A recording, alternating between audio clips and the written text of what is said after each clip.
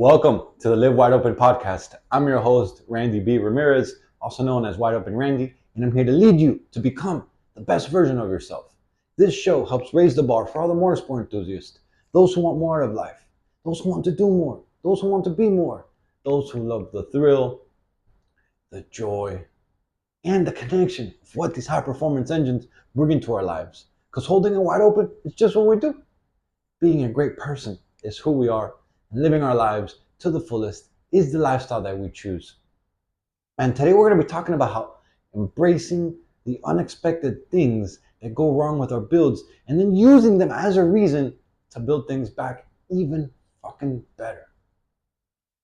Because here's what I've learned in my journey, right? Waiting for the right time, waiting for the time to be right to do these next round mods will most likely never happen. There will never be a right time. There will always be something that comes up. There will always be reasons why right now it's just not the right time.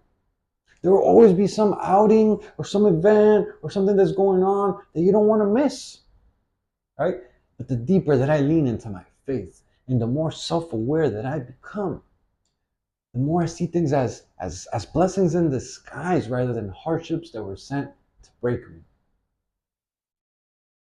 You see, this podcast is all about becoming the best version of ourselves. And in the process, to lean into why we truly are more sport enthusiasts deep in our hearts, right? So as we become the best men and women that we can be, embracing our passion for these high performance engines is a fucking must.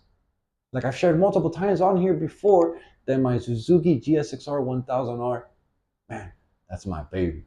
I love that bike. That's my favorite bike that I've owned so far. And actually, it's been the most powerful bike that I've owned so far. Maybe that's related until of why it's my favorite of all time so far. It's light, it's nimble, fucking man, it gets the job done. And after this last motorsport related episode that I released, like the one that was called "Are You Riding or Hiding?" and I went on a mission to really install some modifications that I have been sitting around in my garage for quite a while now, right?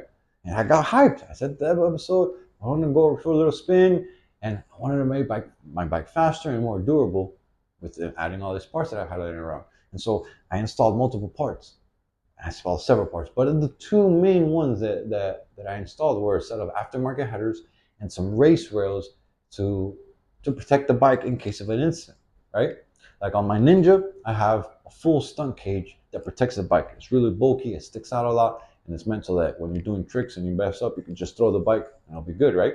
But on the Suzuki, being at 1000 and being something that I use solely for the streets or the highway, it's kind of really, I feel like it's my commuter, my all-around bike. I didn't want something that was so bulky and so heavy. It's not a stunt bike, it's a fucking street bike, right? And so I decided that it wasn't time. I'm not going to put a stunt cage. I wanted some race rails, right? And so I had these parts for a while now, like, and I've just been really putting off on installing them. I was just finding an excuse. Oh, this happened, this because I want to do this, and then this one's tied to this, and then this other part. So if I'm going to take this off, I might as well already get to this other part. Like I was just kept making excuses, right? And I feel like I was holding off on installing the headers because really they weren't the ones that I really wanted, right? I got a great deal on them. And so I made the move and purchased these headers. But I don't know what I wanted. Those are not really what I wanted. But since, I got hyped all this last episode, I was like, yo, let's fucking get this going. I said, no more. Let's fucking get it done, right? And so this Sunday, we're going to install the parts. Now, I'm not no professional mechanic, but I feel like I can hold my own. I really can. When it comes to things like I learn, I put my hands in, I go, and I've really leveled up my mechanic skills because of that, right? So installing a set of headers and some race rails and a couple other miscellaneous parts that I had laying around, I knew that, man, I could do that in a couple hours. It ain't no thing, right? As long as I have everything that I need, take the bike apart, start installing the things, put it back together. It's fucking a couple hours job, right? Or so I thought, right? I got everything apart in no time. Like, that's really easy, right? And I went to piece the headers together. It seemed fairly simple when I looked at the beginning. It was like, oh, in pieces. I was like, oh, what the fuck? But then they were all numbered. And let me point out that the reason why they were all in pieces is because these are some low budget headers, right? Like if you get some legit headers, they typically all come assembled, well together, all one piece, ready to just slide it in and install. No messing around, no funky business, right? But these ones that I got, there's some Chinese ones, and they come all in little pieces, and you got to put them all together, you got to merge them together. And I was like, man, what could go wrong? Yeah, about that. These motherfuckers did not want to align, no matter how hard I tried.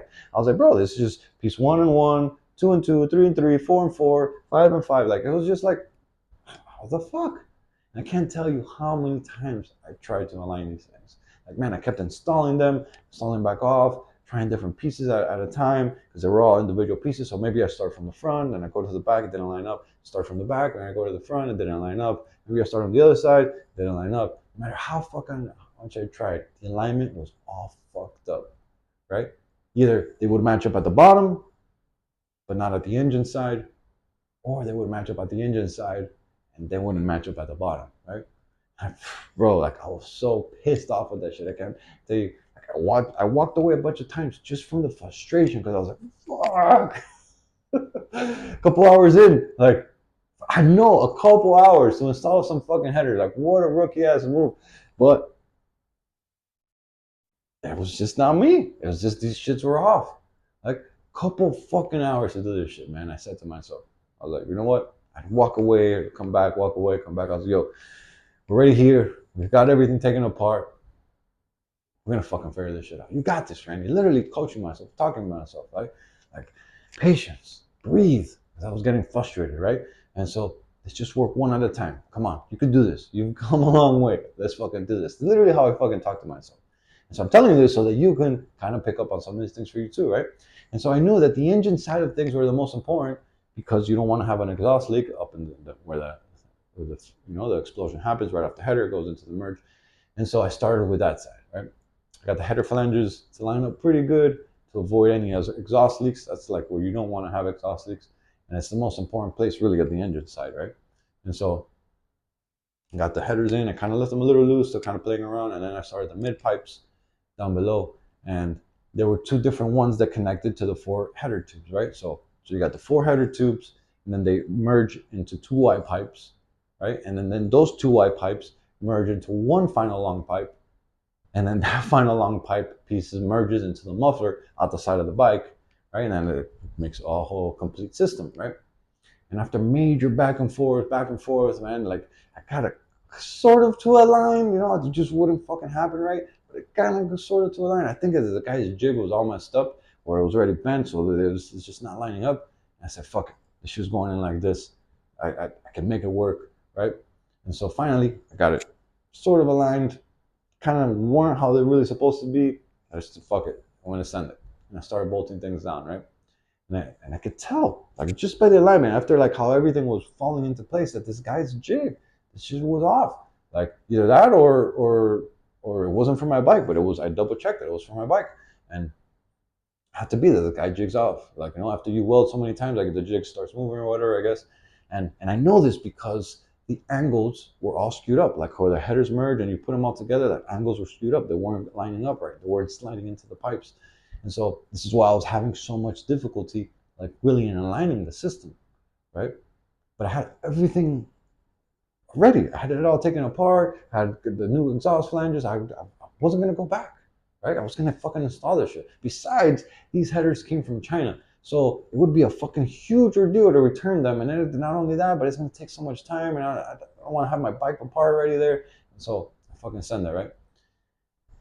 And so the last part was installing the spring connectors that all like connect to and keep the merge pipes that go one into the other, all together.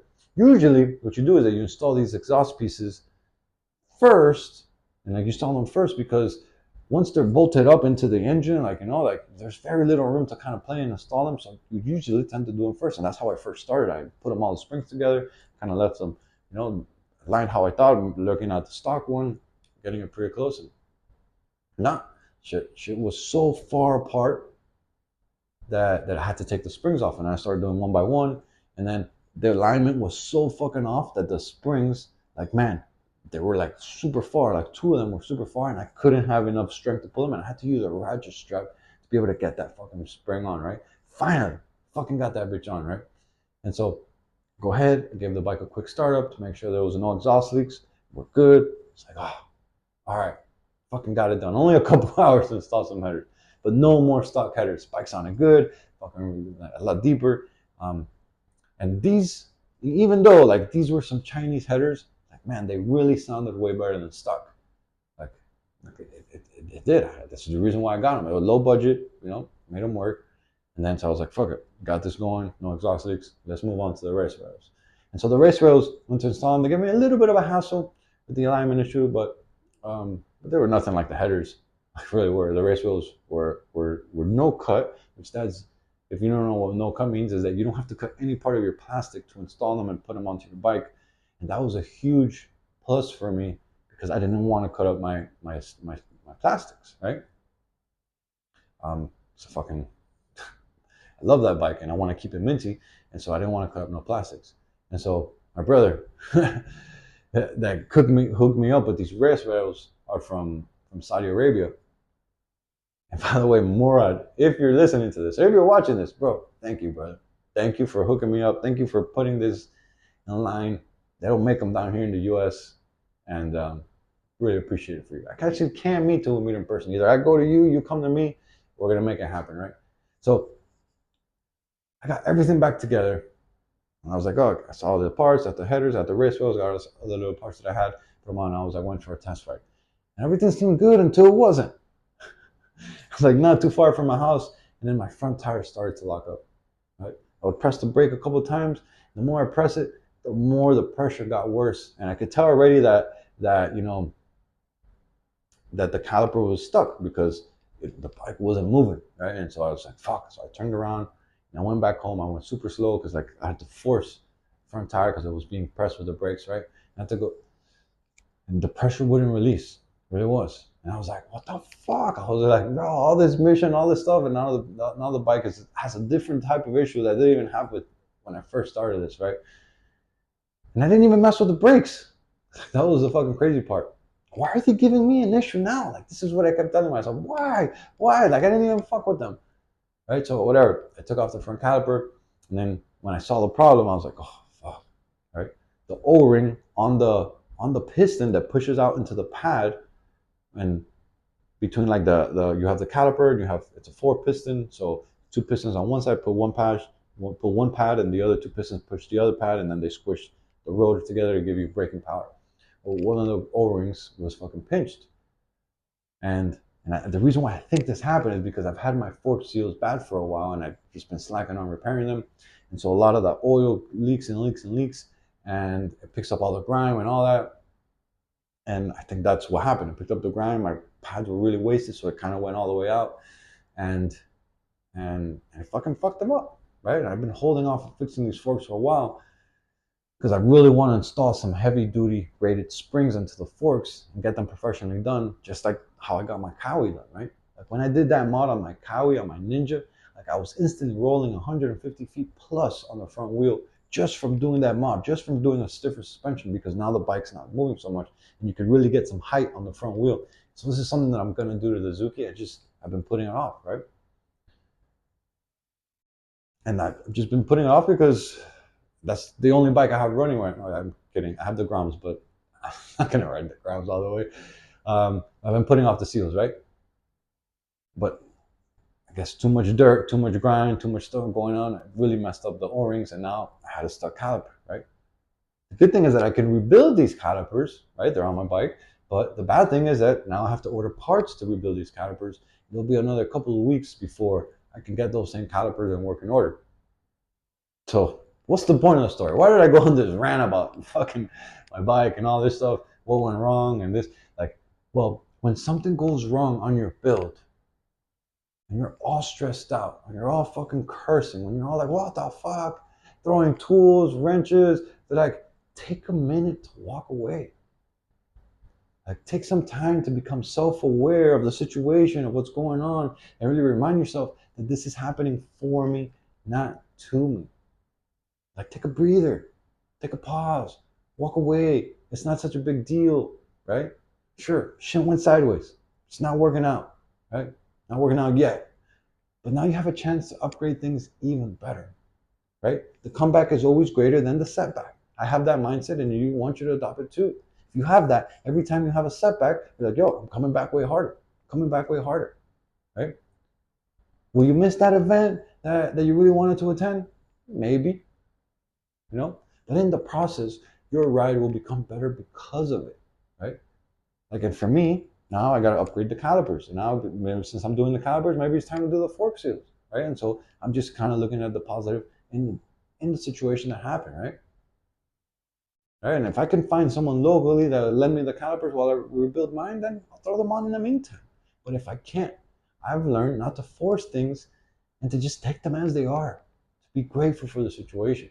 And as a result, to level up because of it, right? Come back stronger, come back better, come back faster than we were before, right? Like use those hardships that you're going through to upgrade things and to level up because of them. And then embrace those unexpected events to build your shit even fucking better, my friend. Let's fucking go. Let's make this shit happen. Let's become faster. Let's make it. Yo, I'm driving the checkered flag deep into the ground and I'm calling all the more sport enthusiasts who want to improve their situation. Let's break free from all the shit that's been holding us back and become the badass motherfuckers that we're all meant to be. Breaking the stereotype is exactly what we're here to do. This movement is called Live Your Life Wide Open, and helping others level up is the mission that God has tasked us with. Join me on this journey while we empower people to do more and to be more. If you haven't subscribed yet, go ahead and smash that button so you never miss another episode. And if you connected with today's message, if you fucking always like working on your shit and you feel like things are always going sideways, like maybe you can relate, maybe you know a friend who's going through it, man, go ahead and share this on your story and make sure you tag me at Wide Open Randy, because those are the actions that help more gearheads to really see and hear about this podcast. And ultimately, that's how our community grows. Catch up with you on the next episode. But till then, live your life wide open, my friend. Peace.